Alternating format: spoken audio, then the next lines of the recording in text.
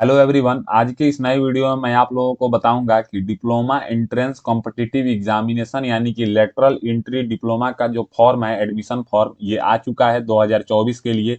इसको आप घर बैठे ऑनलाइन तरीके से कैसे भरेंगे, इसी पे मैं आप लोगों को बताऊंगा। दोस्तों, फॉर्म भरने के लिए जो इसका ऑफिशियल वेबसाइट है उस पे आप लोगों को आना होगा। ऑफिशियल वेबसाइट की अगर हम बात करें तो BCECE आपको गूगल पे सर्च करना होगा। जैसे ही आप लोग ये सर्च करके इसका वेबसाइट पे क्लिक करेंगे तो आपके सामने यहाँ पे ऑनलाइन अप्लीकेशन फॉर्म का सेक्शन है। इसमें सबसे पहले online application portal of DECELE 2024 आपको दिखेगा। आप इसके ऊपर क्लिक कीजिएगा। जैसे ही आप लोग इसके ऊपर क्लिक करेंगे तो यहाँ पे जो है ना इम्पोर्टेंट डेट्स में आपको बताया जाएगा कि अगर आप जो फॉर्म है वो 9 अप्रैल 2024 से लेकर 7 मई 2024 तक फॉर्म को भर पाएंगे। यहाँ पे बोला गया है पेमेंट करने का लास्ट डेट जो है वो 9 मई 2024 है। ऑनलाइन फॉर्म एडिट करने का जो डेट है वो 11 मई और 12 मई को रखा गया है। तो सबसे पहले हमको जो है ना रजिस्ट्रेशन करना होगा, उसके बाद हम फॉर्म को भर पाएंगे। तो हम यहाँ पे दाहिने साइड न्यू रजिस्ट्रेशन का ऑप्शन है, हम इसके ऊपर क्लिक करेंगे।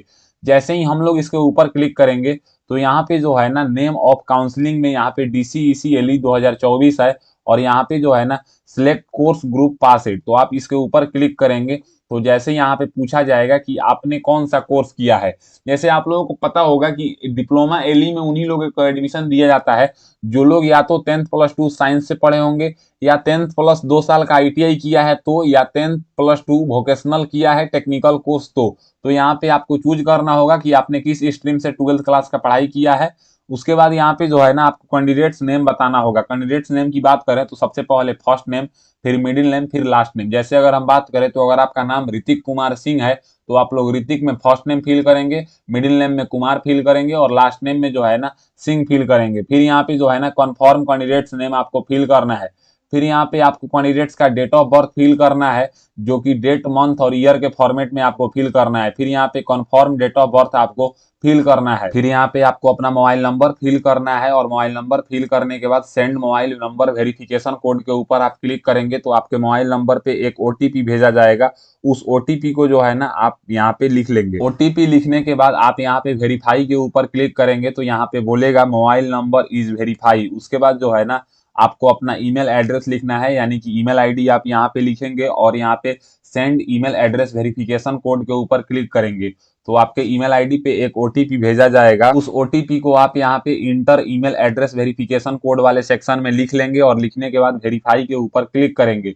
वेरीफाई के ऊपर क्लिक कीजिएगा तो आपका जो है ना OTP सक्सेसफुली वेरीफाई हो जाएगा। उसके बाद आपको पासवर्ड क्रिएट करना है। अगर हम पासवर्ड की बात करें तो यहाँ पे बताया हुआ है जो आपका पासवर्ड होगा वो 8 कैरेक्टर से लेके 20 कैरेक्टर के बीच में होगा। इसमें बोला गया है कि एक अपर केस होना चाहिए, एक लोअर केस होना चाहिए, एक नंबर होना चाहिए, एक स्पेशल कैरेक्टर होना चाहिए। यानी कि अगर आपका नाम ऋतिक है तो आप ऋतिक @123 पासवर्ड बना सकते हैं। फिर उसी पासवर्ड को आप यहाँ पे जो है ना कन्फर्म पासवर्ड में फिल कीजिएगा। उसके बाद यहाँ पे आधार नंबर का सेक्शन है। अगर आप चाहें तो यहाँ पे आधार कार्ड का नंबर फिल कर सकते हैं, नहीं तो आप इसको खाली छोड़ दीजिएगा क्योंकि इस पे स्टार मार्क नहीं लगा हुआ है। फिर यहाँ पे सिक्योरिटी क्वेश्चन आपसे पूछा जा रहा है तो इसमें अगर आप क्लिक करेंगे तो जैसे यहाँ पे ऑप्शन है name of your first teacher, उसके बाद what is your favourite team हो गया, what is your favourite movies हो गया। तो इसमें से आप कोई भी ऑप्शन चूज कर सकते हैं। जो ऑप्शन आप चूज करेंगे वो यहाँ पे सिक्योरिटी आंसर में आपको लिखना है और फिर यहाँ पे सिक्योरिटी पिन यानी कि जो कैप्चा दिखाई दे रहा है इसको इस बॉक्स में फिल करना है और फिर यहाँ पे उसके बाद साइन अप के ऊपर क्लिक करना है। जैसे ही आप लोग साइन अप के ऊपर क्लिक करेंगे तो यहाँ पे जो है ना आपका काउंसलिंग का नेम दिखाएगा, जौन एग्जाम आप पास किए हैं उसका नाम दिखाएगा, डेट ऑफ बर्थ दिखाएगा, मोबाइल नंबर दिखाएगा, ईमेल आईडी, आधार नंबर, ये सब डिटेल्स आपको दिखाएगा। अगर सब कुछ सही है तो कन्फर्म के ऊपर क्लिक कर देना है। कन्फर्म के ऊपर जैसे ही आप लोग क्लिक करेंगे तो यहाँ पे बोलेगा कि आपका जो अकाउंट है वो सक्सेसफुली रजिस्टर्ड हो चुका है। अब आपको सिंपली साइन अप के ऊपर क्लिक करना है। यहाँ पे आपका ईमेल आईडी भी दिखा रहा है तो हम यहाँ पे साइन इन के ऊपर क्लिक करेंगे। साइन इन के ऊपर क्लिक करने के बाद यहाँ पे आपको ईमेल आईडी फिल करना है जो कि आप रजिस्ट्रेशन के टाइम पे दिए थे। उसके बाद यहाँ पे आपको पासवर्ड फिल करना है जो कि आप अभी बनाए थे और जो कैप्चा यहाँ पे आपको दिखाई दे रहा है उसको आपको इस बॉक्स में जो है ना फिल कर लेना है। कैप्चा फिल करने के बाद साइन इन के ऊपर क्लिक करना है। जैसे ही आप लोग साइन इन के ऊपर क्लिक करेंगे तो यहाँ पे आपको अपने पिताजी का नाम फिल करना है जो कि 10th के सर्टिफिकेट के अकॉर्डिंग फिल करना है। फिर यहाँ पे आपको अपने माँ का नाम फिल करना है जो कि 10th के सर्टिफिकेट के अकॉर्डिंग फिल करना है।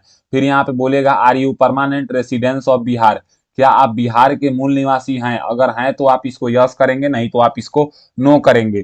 फिर यहाँ पे आपसे पूछा जाएगा कि सिलेक्ट योर रेसिडेंशियल एलिजिबिलिटी, तो आप इसमें टिक करेंगे। तो अगर आप बिहार के मूल निवासी हैं तो आपके सामने एक ऑप्शन आएगा माता पिता पति पत्नी बिहार के निवासी हैं, तो आप इसके ऊपर क्लिक कर दीजिएगा। उसके बाद यहाँ पे आपसे जेंडर पूछा जाएगा, तो आप यहाँ पे gender male female third gender तीनों ऑप्शन है, तो आप अपना जेंडर सेलेक्ट कीजिएगा। फिर यहाँ पे कन्फर्म जेंडर आपको फिर से यानी कि जेंडर सेलेक्ट करना होगा। फिर यहाँ पे आपको जो है ना अपना कैटेगरी चूज करना है कि आप किस कैटेगरी से बिलोंग करते हैं, जिसमें अनरिजर्व, शेड्यूल ट्रिब्स, शेड्यूल कास्ट और यहाँ पे ईडब्ल्यूएस सभी ऑप्शन है, तो आप जो चाहें वो चूज कर सकते हैं जिस कैटेगरी से आप बिलोंग करते हैं। फिर यहाँ पे कन्फर्म कैटेगरी में फिर से आपको कैटेगरी चूज करना होगा। फिर यहाँ पे बोला जाएगा कि if you are a DQ candidates, यानी कि आप डिसेबल कोटा कैंडिडेट से हैं, अगर हैं तो आप इसको यस करेंगे, नहीं तो आप इसको नो करेंगे। फिर यहाँ पे पूछा जाएगा कि district name of the institute of passing 10th plus 2 science, मतलब आप अपना 12th क्लास जो है ना वो किस डिस्ट्रिक्ट से पास किए हैं, तो यहाँ पे डिस्ट्रिक्ट बताएंगे। फिर यहाँ पे मार्क ऑफ आइडेंटिफिकेशन, अगर आपके शरीर में कहीं कटे फटे या जले या तिल का निशान है उसको आप यहाँ पे फिल करेंगे। फिर यहाँ पे जो है ना आपको परमानेंट एड्रेस बताना है। परमानेंट एड्रेस की अगर हम बात करें तो आपको एड्रेस लाइन 1 बोला जा रहा है, जिसमें आप village post police station district करके फिल कर दीजिएगा। ये फिल करने के बाद यहाँ पे एड्रेस लाइन 2 अगर चाहें तो फिल कीजिएगा, नहीं तो आप इसको छोड़ दीजिएगा। 3 भी आप खाली छोड़ सकते हैं क्योंकि स्टार मार्क नहीं लगा हुआ है। यहाँ पे एक ही ऑप्शन आएगा स्टेट में बिहार का, क्योंकि हमने बिहार का मूल निवासी पे यस किया है। फिर यहाँ पे डिस्ट्रिक्ट आपसे पूछा जाएगा, तो फिर यहाँ पे आप अपना डिस्ट्रिक्ट चूज करेंगे। डिस्ट्रिक्ट चूज करने के बाद आपको अपना पिन कोड फिल करना है। फिर यहाँ पे बोला जाएगा correspondence address same as permanent address, क्या आपका पत्राचार का पता और अस्थायी पता अगर सेम है तो आप इसके ऊपर टिक करेंगे, अगर सेम नहीं है तो आप इसके ऊपर टिक नहीं करेंगे। और यहाँ पे जो है ना अलग अलग फिल करेंगे। ये सब फिल करने के बाद आप सबमिट एंड कंटिन्यू के ऊपर क्लिक करेंगे। अब जैसे ही आप सबमिट एंड कंटिन्यू के ऊपर क्लिक करेंगे तो आपको यहाँ पे एक फोटो अपलोड करना है, उसके बाद एक इंग्लिश सिग्नेचर अपलोड करना है, उसके बाद यहाँ पे जो है ना आपको हिंदी सिग्नेचर अपलोड करना है। अगर हम फोटो सिग्नेचर की गाइडलाइंस की बात करें तो बोला गया है कि फोटो को जो आपका गाइडलाइंस होगा वो पासपोर्ट साइज कलर फोटोग्राफ होना चाहिए, जिसका विड्थ होना चाहिए 200 पिक्सल और हाइट होना चाहिए 250 पिक्सल और 100 KB से कम का होना चाहिए, जेपीईजी या जेपीजी फॉर्मेट में होना चाहिए।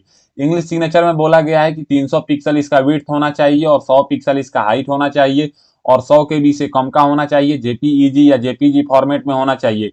हिंदी सिग्नेचर में ये बोला गया है 300 पिक्सल इसका विड्थ होना चाहिए, 100 पिक्सल हाइट होना चाहिए, 100 KB से कम का होना चाहिए, जेपीजी और जेपीईजी फॉर्मेट में से किसी एक फॉर्मेट में होना चाहिए।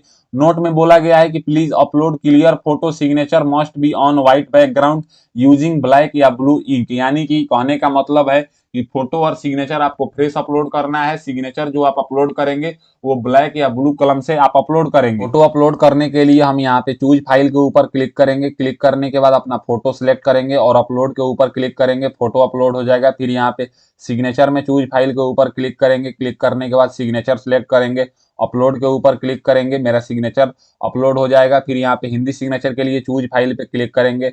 क्लिक करने के बाद सिग्नेचर सिलेक्ट करेंगे और अपलोड के ऊपर क्लिक करेंगे, मेरा यहाँ पे तीनों अपलोड हो जाएगा। अपलोड करने के बाद सेव एंड कंटिन्यू के ऊपर क्लिक करेंगे। जैसे ही हम लोग सेव एंड कंटिन्यू के ऊपर क्लिक करेंगे तो एजुकेशन क्वालिफिकेशन खुलेगा, जिसमें यहाँ पे जो है ना सेकेंडरी यानी कि आपको 10th क्लास का स्कूल का नाम बताना है कि आपने किस स्कूल से जो है ना 10वीं क्लास पास किया है। फिर यहाँ पे बोर्ड यूनिवर्सिटी का नाम आपको बताना है कि आपने किस बोर्ड से जो है ना 10th क्लास पास किया है। फिर यहाँ पे पासिंग स्टेटस आपको जो है ना बताना है, तो आप यहाँ से पास एट सिलेक्ट करेंगे। फिर यहाँ पे ईयर ऑफ पासिंग आप बताएंगे कि आपने जो है ना किस ईयर में अपना 10th क्लास पास किया है। फिर यहाँ पे सिलेक्ट परसेंटेज या सीजीपीए का ऑप्शन है, मतलब आप परसेंटेज से पास किए हैं कि सीजीपीए से। तो आप यहाँ पे अगर परसेंटेज चूज करेंगे तो आपको मार्क ऑब्टेंड यानी कि आपको कितना नंबर आया था और कितना नंबर का एग्जाम हुआ था ये आपको सिलेक्ट करना है। परसेंटेज वो खुद ब खुद दिखा देगा। फिर यहाँ पे 10th के बाद अगर आप आईटीआई सिलेक्ट किए हैं तो आईटीआई और 10th प्लस 2 साइंस सिलेक्ट किए हैं तो 10th प्लस 2 साइंस का जानकारी देना है। जैसे कि यहाँ पे स्कूल कॉलेज का नाम फिल करना है, फिर यहाँ पे बोर्ड का नाम फिल करना है। पासिंग स्टेटस में आप यहाँ पे पास एट सिलेक्ट करेंगे। पासिंग ईयर में आपको अपना पासिंग ईयर बताना होगा। फिर यहाँ पे जो है ना परसेंटेज आपको यहाँ पे सिलेक्ट करना होगा, सीजीपीए या परसेंटेज में कितना नंबर आपको जो है ना प्राप्त हुआ है और कितना नंबर में आपको प्राप्त हुआ है, परसेंटेज वो खुद ब खुद ले लेगा। ये सब फिल करने के बाद आपको यहाँ पे सबमिट एंड कंटिन्यू के ऊपर क्लिक करना है। जैसे ही आप लोग सबमिट एंड कंटिन्यू के ऊपर क्लिक करेंगे तो आप अपना फॉर्म यानी कि एप्लीकेशन फॉर्म का प्रीव्यू खुल चुका है। इस एप्लीकेशन फॉर्म के प्रीव्यू में आपका सारा डिटेल्स दिखाया जाएगा, जो भी डिटेल्स आपने फिल किया है इन सभी डिटेल्सों को आप एक बार मिला लीजिएगा। अगर सब डिटेल सही है तो यहाँ पे डिक्लेरेशन को टिक करेंगे और प्रोसीड टू पेमेंट्स के ऊपर क्लिक करेंगे। अगर कोई डाउट है तो आप यहाँ पे बैक टू एडिट के ऊपर क्लिक कर सकते हैं। तो मेरा सारा डिटेल सही है तो हम प्रोसीड टू पेमेंट्स के ऊपर क्लिक करेंगे। तो यहाँ पे बोलेगा dear candidates before confirmation please check all your input data, यानी कि आप जो है ना पेमेंट्स करने से पहले आप अपना जितना डाटा यहाँ पे फिल किए हैं उसको चेक कर लीजिए। तो हम चेक कर लिए हैं तो हम यहाँ पे यस के ऊपर क्लिक करेंगे।